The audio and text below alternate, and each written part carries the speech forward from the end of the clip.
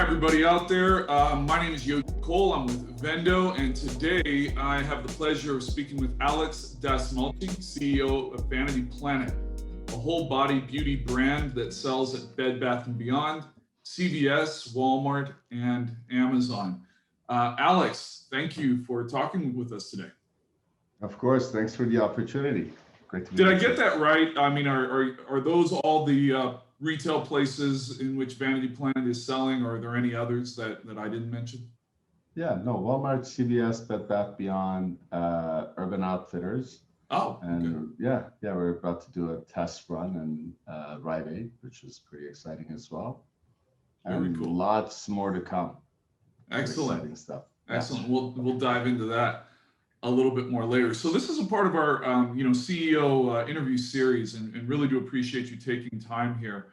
And it's really the point is to really get to know you, share a little bit about who you are and your vision and how you were able to make that a reality.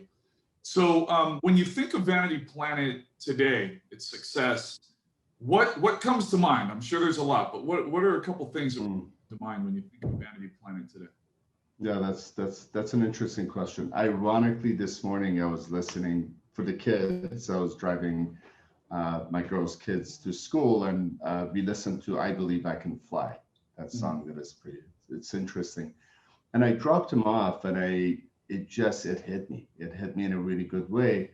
I was telling the kids that when I was 11 or 12, I always had this vision that I'm going to own my own business and I'm going to have a number of employees and it's going to be a lot of fun. And I go to work and I have fun with my team. Wow. And zip forward today, that's when I was 11 or 12. So 40 years later, I'm 51.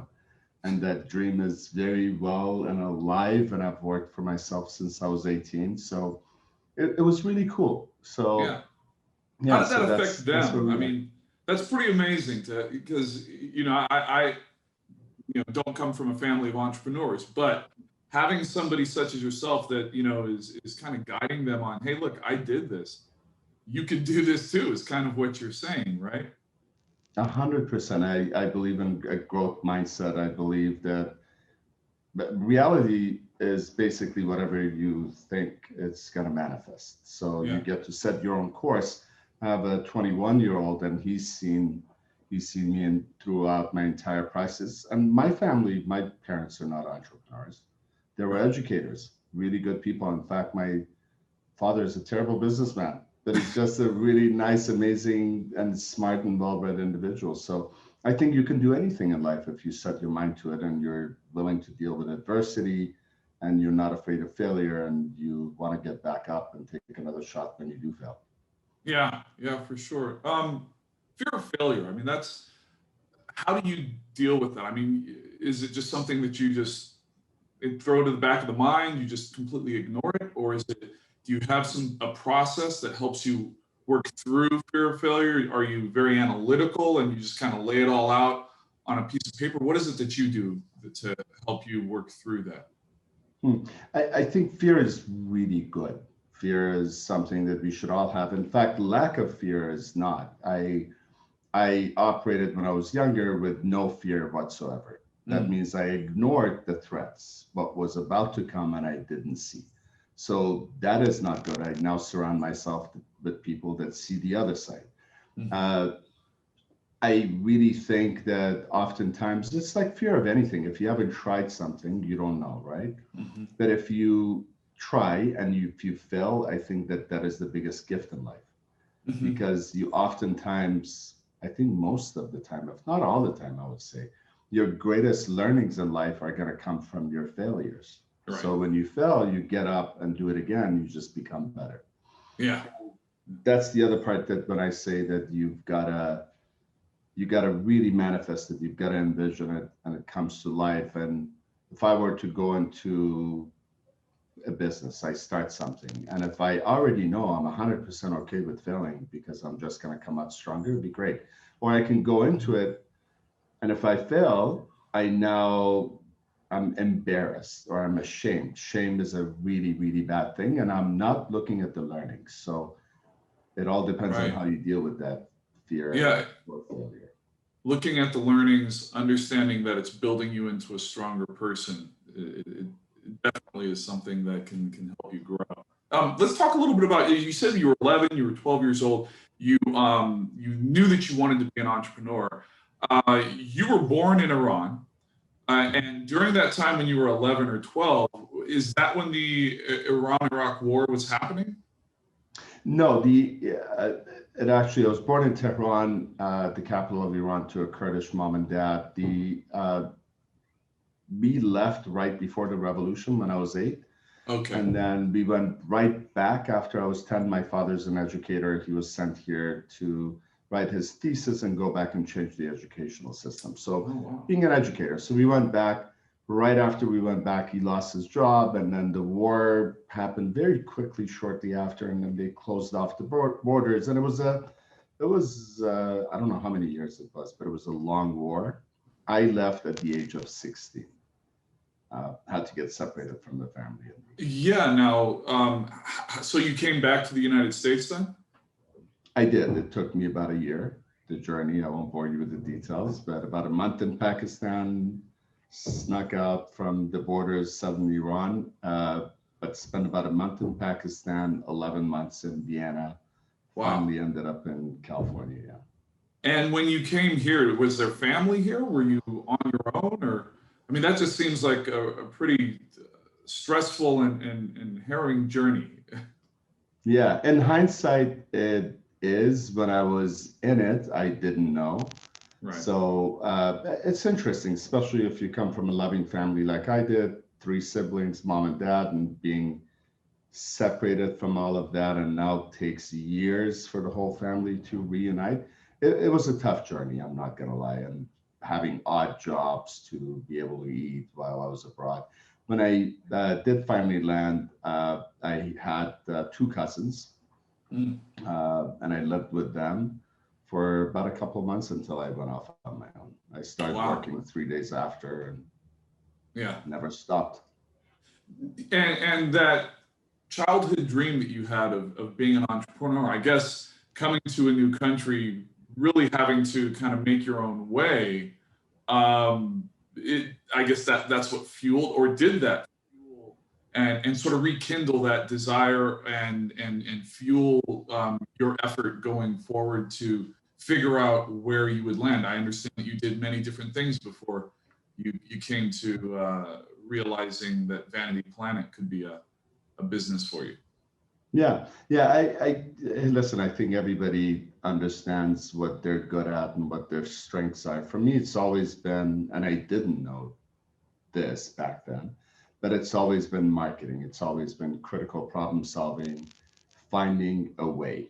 I look at a problem, and for me, it's very easy to come up with multiple different angles of looking at it until I get to a yes.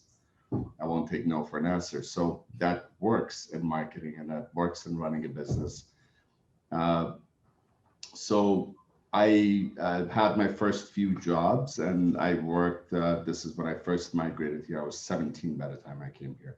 Worked for my cousin, construction, cleaning the job site, and then became a junior electrician. And ultimately, in I think less than a year, 6, 7, 8 months, I got fired, rightfully so. I fell asleep on the job because but I always had the dream of being an entrepreneur. So I went and printed these business cards, and I put Alex Electric, and I would go after my day job was over. I would knock on doors and get these odd little side jobs of installing a light fixture or running power, and did a bunch of those. I was making already really good money, but I was exhausted. I was tired, so I fell asleep. They fired me, and I'm like, you know what? I'm just going to work for myself. And that's it, literally. That was the beginning of it. Yeah, you just never looked back from there. You had talked about realizing that there was opportunity in when you came up with the idea of Vanity Planet. You realized how, and you talked a little bit about marketing, when you were saying that you had an eye for that and for the, for the analytics of that. What was it that you saw in the market that made you realize that, oh, hey, I could create face steamers? I mean, and make a great, company out of that.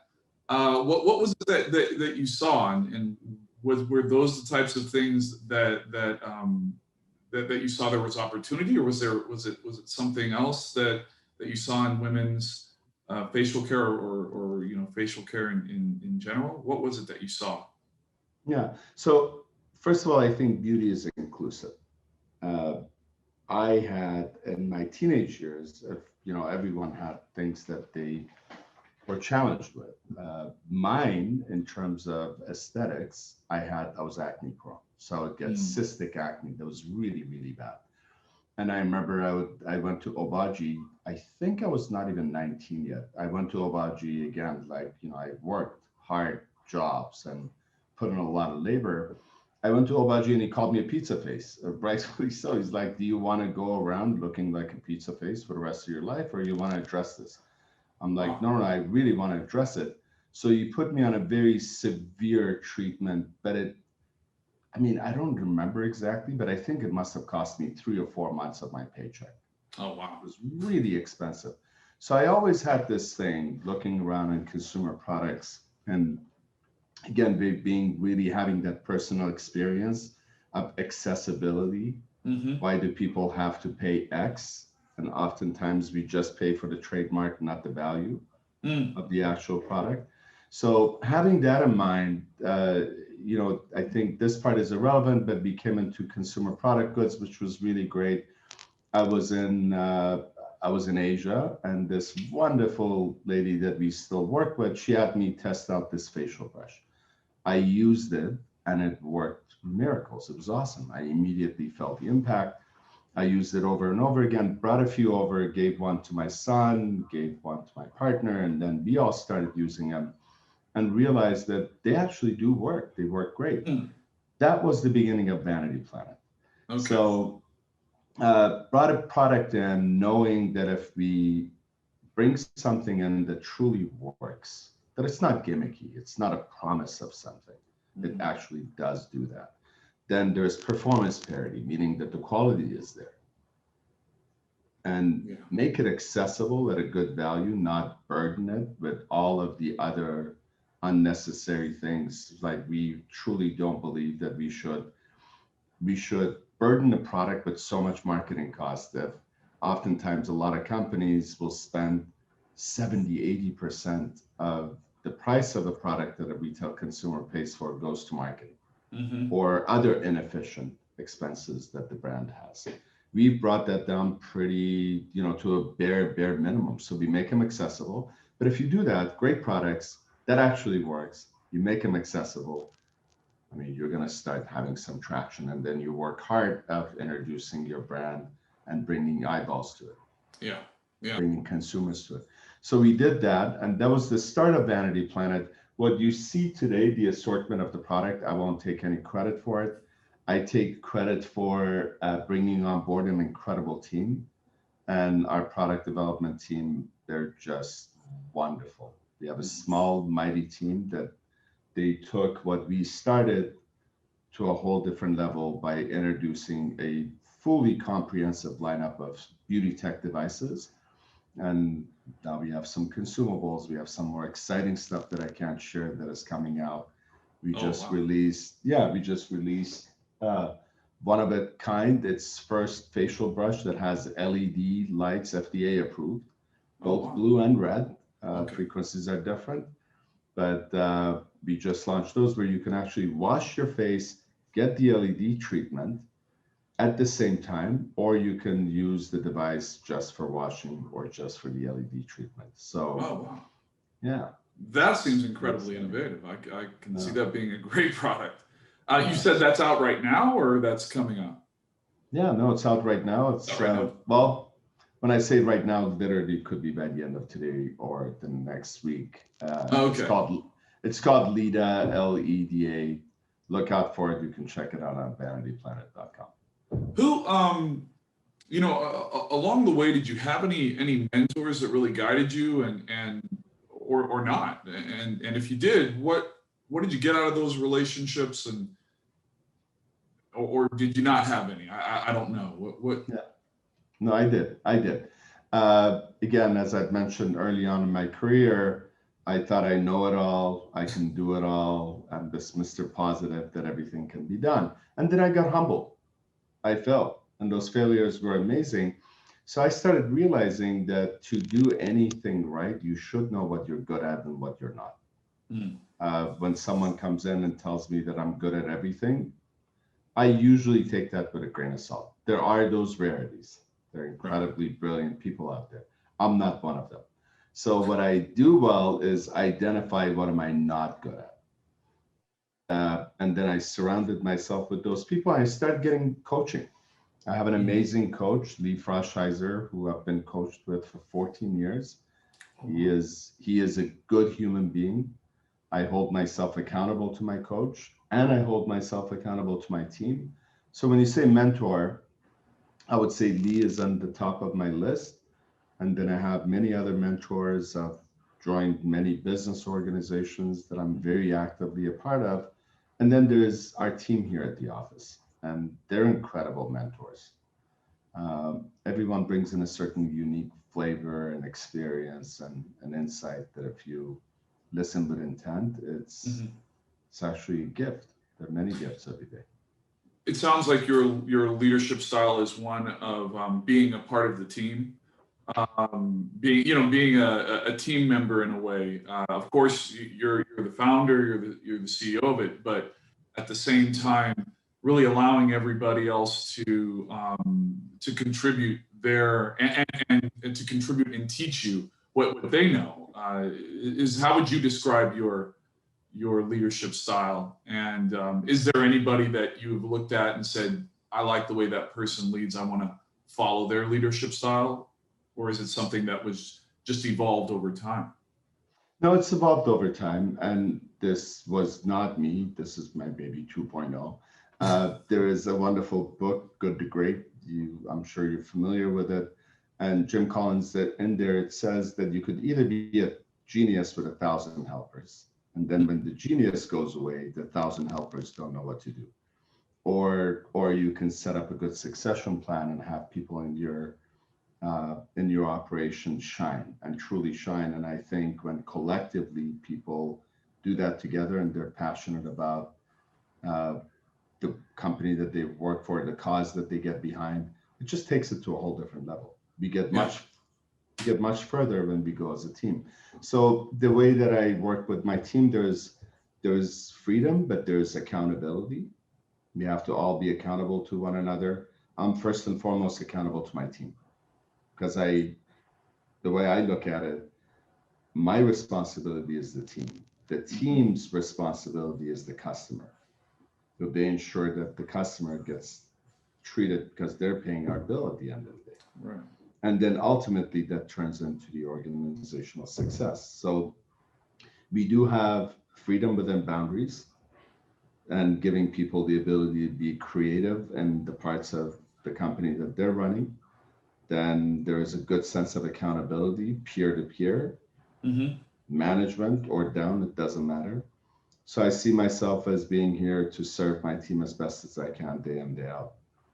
Excellent. Alex, what's next on Vanity Planet's roadmap? Is there anything that you can share with us? Any secrets? What are we going to see next that's going to just really wow us, and what growth should we expect? Global domination. Okay, excellent.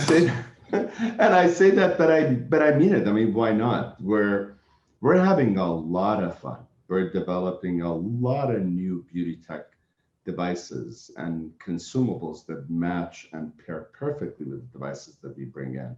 We look at beauty from head to toe. We create our own boxes. I've said this before many times.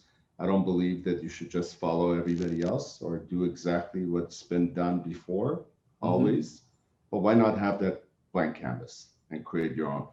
So, head to toe beauty, it literally is, right? It starts from your hair, it goes all the way down to your toenails. Imagine how much improvement there is in technology, how many devices you incorporated into your routine, or how many products you use in your routine of beauty.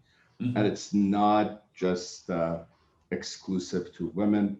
We're gender neutral. We're about to release a pretty exciting line called VP Men that is about to come. Look out for that as well. Right. Great lineup of products. We want to be able to serve everyone, anyone Yeah. and everyone, and complete that routine, the beauty routine at a very accessible, having accessibility always in the forefront of our head. Why not outside of the US and Yeah. Yeah, exactly. Well, we are very happy to be part of that journey with you. And Alex, thank you again for sharing your life with us and sharing your vision with us here today. And everyone, again, we've been speaking with Alex Dastmalchi, CEO of Vanity Planet. Alex, thank you very much. Thank you, Yoji. Appreciate the opportunity. Be well.